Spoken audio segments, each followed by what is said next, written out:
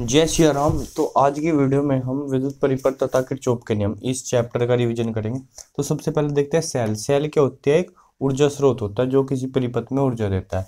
यदि क्यू आवेश प्रवाहित कराने में सेल जो है डब्लू ऊर्जा खर्च करे तो सेल का विद्युत वाहक बल होता है E बराबर डब्लू बटा क्यू। मात्रा क्या होगा इसका, जूल बटे गुलाम या वोल्ट होगा। ठीक है।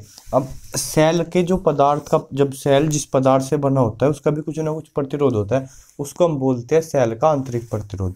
तो सेल को हम इस तरीके से दर्शाते हैं, सेल बना के उसका जो है आंतरिक प्रतिरोध आर बनाते हैं। तो देखो कुल प्रतिरोध क्या हो जाएगा, आर प्लस आर। और अगर परिपथ में आई धारा बह रही हो तो आई की वैल्यू क्या हो जाएगी, ई बटे आर प्लस आर। अब जब जब सेल में धारा बहती है तो आर उसका आंतरिक प्रतिरोध है, उसकी वजह से कुछ जो है विभव परिवर्तन उसमें भी होता है। जब सेल में धारा बहती है तो उसके टर्मिनल जो है ये, उसके बीच में जो विभवांतर होता है वो होता है ई माइनस आई आर। ये क्या है, ई क्या है, उसका विद्युत वाहक बल है जब सेल से जो है ऊर्जा ली जा रही है। जब सेल, ये जो अगर बैटरी होगी, अगर वो चार्जेबल होगी, वो चार्ज होती होगी, तो उसकी चार्जिंग के दौरान धारा विपरीत दिशा से आ रही होगी। तो जो टर्मिनल के बीच विभवांतर होता है वो क्या होता है, उसके विद्युत वाहक बल प्लस आई आर, क्योंकि विद्युत विभव परिवर्तन क्या होगा, इस दशा में प्लस का आई आर होगा। ठीक है। जब धारा विपरीत दिशा से आ रही हो तो विभव परिवर्तन प्लस का होता है, और जब धारा उसी समान दिशा में जा रही हो विभव परिवर्तन माइनस का होता है। ये क्वेश्चन अगर पूछ ले कि क्या किसी दशा में जो है, किस दशा में टर्मिनल विभवांतर सेल के विद्युत वाहक बल से ज्यादा होता है, तो जब सेल जो है चार्जिंग हो। और अगर करंट आई बराबर जीरो हो, ठीक है, अगर आई बराबर जीरो होगा, अगर आई बराबर जीरो होगा तो उसके टर्मिनल के बीच विभवांतर बराबर होगा सेल के विद्युत वाहक बल के। अब है सेलों का श्रेणी क्रम में संयोजन। अगर हमने सेलों को श्रेणी क्रम में जोड़ दिया तो श्रेणी क्रम में जोड़ने से उनका विद्युत वाहक बल, जैसे एन सेल जोड़ी तो और सबका विद्युत वाहक बल ई है, तो जो है एन सेल का विद्युत वाहक बल हो जाएगा एन गुणा ई। ठीक है। ऐसे ही उनका आंतरिक प्रतिरोध भी जुड़ जाएगा, आर आर आर, आंतरिक प्रतिरोध हो जाएगा एन आर। ठीक है। तो धारा क्या होगी, एन ई बटे एन आर प्लस आर। देखो कुल प्रतिरोध क्या हो जाएगा, एन आर तो उनका आंतरिक प्रतिरोध होगा, प्लस आर बाह्य प्रतिरोध हो गया। ठीक है। तो कुल प्रतिरोध ये हो गया और कुल विद्युत वाहक बल एन ई होगा, तो धारा बराबर हो जाएगी एन ई बटे एन आर प्लस आर। अगर सेलों को हमने जोड़ा समांतर क्रम में तो उनका कुल विद्युत वाहक बल ई ही रहेगा। ठीक है। सेलों को समांतर क्रम में जोड़ने से उनका विद्युत वाहक बल क्या रहता है, समान रहता है, ई ही रहेगा। लेकिन जो आंतरिक प्रतिरोध हो जाएगा, जब प्रतिरोधों को समांतर क्रम में जोड़ देंगे तो आंतरिक प्रतिरोध क्या हो जाएगा, एन गुना कम हो जाएगा, तो आर बटा एन हो जाएगा। तो इस सिचुएशन में धारा आई बराबर क्या हो जाएगी, ई बटे आर, आर बटे एन प्लस आर, क्योंकि कुल प्रतिरोध क्या हो जाएगा, आंतरिक प्रतिरोध प्लस बाह्य प्रतिरोध। ये हो गया संधि नियम। किरचॉफ के नियम में पहला है संधि नियम। संधि नियम क्या है, संधि की ओर आने वाली धारा संधि से दूर जाने वाली धारा के बराबर होती है। जैसे यहाँ पे संधि की ओर आने वाली धारा क्या है, I1 और I2, और इस संधि से दूर कौन सी धारा जा रही है, I3। तो I1 प्लस I2 बराबर होगा I3। ऐसे इस क्वेश्चन में जो है ये I1 है, 2 3 आ रही है, ये I1 जा रही है, और ये ऐसे ही I2 है। तो आपको I1 और I2 के मान बताने होंगे। ठीक है। ये तो वैसे ही सबको याद भी रहता है, बट पेपर में पूछ ले जाता है ना। ऐसे एक एग्जांपल भी दे देना। अगला है लूप नियम या पास नियम। किसी बंद पास या लूप में समस्त विभव परिवर्तनों का बीजगणितीय जोड़ शून्य होता है। ठीक है। जहां भी विभव परिवर्तन होगा उन सब का एक बंद पास में बीजगणितीय जोड़ क्या होगा, शून्य होगा। ठीक है। जैसे ये हमने एक बंद पास ले लिया ए बी सी डी। ठीक है। हम जो है A B C D A, बंद मतलब ए से चालू हो गए ए पर ही आए। ठीक है। ए से चालू हो गए ए पर ही भी आए। जो है देखते हैं विभव परिवर्तन कौन से, पहले हम ए से बी में जाएंगे। ठीक है। A B C D A में है, मतलब ऐसे घूमेंगे, ए से लेके बी सी डी और ए पे घूम रहे हैं। ठीक है। ऐसे घूम रहे हैं, तो ए से बी में कुछ नहीं है। ठीक है। आई करंट ये आ रहा है, यहाँ पे R1 प्रतिरोध है। ठीक है। R1 प्रतिरोध में आई करंट जा रहा है और हम भी उधर को ही जा रहे हैं जिधर कोई करंट जा रहा है, तो विभव परिवर्तन क्या होगा, माइनस का R1 हो जाएगा, IR1। ठीक है। वैसे ये आई करंट यहाँ इस R2 में भी जा रहा है, तो विभव परिवर्तन क्या हो जाएगा, माइनस का IR2 हो जाएगा।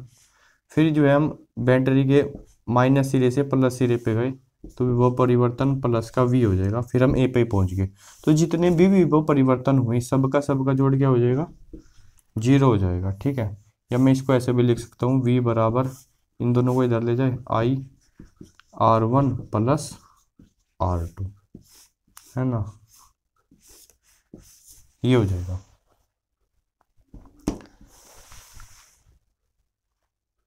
अच्छा, एक बार जो है विभव परिवर्तन देख लेते हैं, अगर कुछ लोगों को पता नहीं होगा, ठीक है, उसको समझ लेते हैं।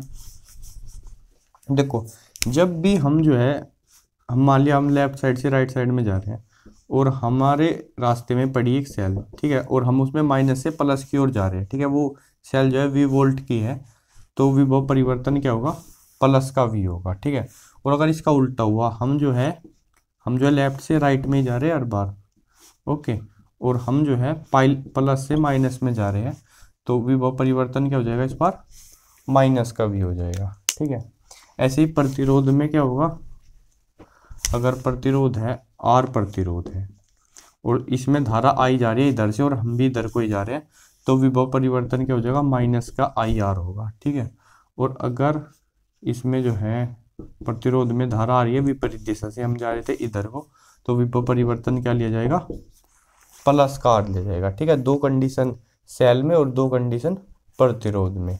ओके, एक चीज हो रहा है, ये जो लूप नियम है वो ऊर्जा संरक्षण के नियम पे काम करता है। ठीक है, और जो संधि नियम था वो आवेश संरक्षण के नियम पे कार्य करता था।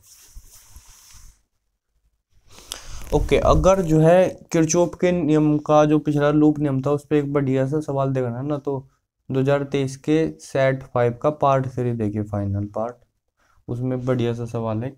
अब देखो, अगला है वेट स्टोन से, तो देखो ऐसे PQRS 4 प्रतिरोध एक चतुर्भुजीय रूप में लगा दे, तो ये क्या होता है, वेट स्टोन सेतु होता है। ठीक है, बीच में क्या लगा रखा है, गैल्वेनोमीटर, धारा मापी। और जब ये संतुलन की अवस्था में होता है, ठीक है, इसकी संतुलन की स्थिति होती है P/Q बराबर R/S हो, तो ये क्या होता है, ये संतुलन की अवस्था है इसकी। संतुलन की अवस्था में गैल्वेनोमीटर में कोई करंट नहीं जाता, IG बराबर क्या हो जाता है, 0 होता है। ठीक है, देखो यहाँ से एक सेल लगा रही, करंट I गया, ठीक है, इधर I1 चला गया, संधि नियम लगाएंगे तो इधर I माइनस I1 चला जाएगा। अब इस I1 का IG हिस्सा तो इधर चला गया, तो इधर I1 माइनस IG जाएगा इधर। ठीक है, और फिर जो है ये I माइनस I1 में इधर IG मिला, ये दोनों इसमें गए और फिर मिला के सब कुछ मिल गया, इधर I सेल से I करंट लिया तो उसको I करंट वापस दे दो। ठीक है, ये भी ध्यान रखना है लूप नियम लगाते समय। ओके, मतलब किरचॉफ के नियम लगाने में। अच्छा, तो अगर हम इसको सिद्ध करना है, मान लिया, ठीक है, तो बंद लूप ले लो कोई भी, ABDA में, ठीक है, ABDA में पहले क्या है, हम A से B जा रहे हैं, ठीक है, इधर I1 करंट जा रहा है P प्रतिरोध में, तो माइनस के I1 P। फिर हम B से D जा रहे हैं, IG करंट जा रहा है किस में, G में, और फिर हम D से A जाएंगे, करंट हमारे अपोजिट आ रहा है, तो प्लस का I माइनस के I1, ये किस में आ रहा है, Q में, और A पे पहुंच गए बराबर 0। ठीक है, और संतुलन के लिए IG तो बराबर 0 हो जाएगा। ठीक है, ये टर्म तो क्या हो जाएगी, 0 हो जाएगी। दूसरा एक ले लेते हैं BCDB में, BCDB में। ओके, तो B से C गए, I1 माइनस के IG, ठीक है, हम भी इधर से ही जा रहे हैं, B से C, करंट भी ऐसे ही जा रहा है, तो माइनस का लेना पड़ेगा R। फिर C से D जा रहे हैं, हम इधर को जा रहे हैं, करंट हमारे अपोजिट आ रहा है, तो प्लस का लेंगे, I प्लस IG माइनस के I1 इंटू S। ठीक है, और इधर भी हम इधर जा रहे हैं, करंट अपोजिट आ रहा है, प्लस IGG बराबर 0। ठीक है, अब संतुलन के लिए, पर दिख भी रहा है क्या, पर दिख नहीं रहा था ना, संतुलन के लिए क्या होगा, संतुलन के लिए IG जो होगा वो हो जाएगा 0। ठीक है, तो IG अगर ये 0 हो गया तो ये क्या बचेगा, इधर माइनस के I1P प्लस के I माइनस के I1 इंटू Q बराबर 0, पहले वाली समीकरण में। ठीक है, अगर इसको उधर ले जाऊं तो I माइनस के I1Q बराबर हो जाएगा I1P। ऐसे ही दूसरे वाली समीकरण में भी आई जी को जीरो करेंगे तो हो जाएगा माइनस के आई वन आर और प्लस के आई माइनस के आई वन इंटू एस बराबर जीरो।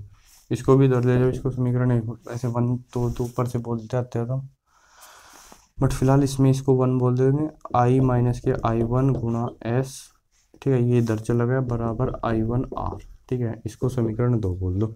डिवाइड कर देंगे तो इससे कट जाएगा, इससे कट जाएगा क्यू बटा एस, दिख भी रहा है वो तक तो दिख रहा है, बराबर पी बटा आर, ठीक है, ये आ जाएगा।